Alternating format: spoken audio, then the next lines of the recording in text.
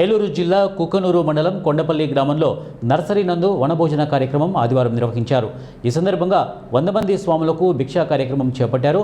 ముందుగా గురుస్వామి దీపారాధన చేసి ఈ వనభోజన కార్యక్రమాన్ని ప్రారంభించారు. ఈ కార్యక్రమంలో మహిళలు ఎంతో ఉత్సాహంగా పాల్గొని ఆటపాటలతో సందడి చేశారు. ఈ కార్యక్రమంలో కొండపల్లి నాయకులు, ప్రజలు, మహిళలు అధిక సంఖ్యలో పాల్గొని కార్యక్రమాన్ని విజయవంతం చేశారు.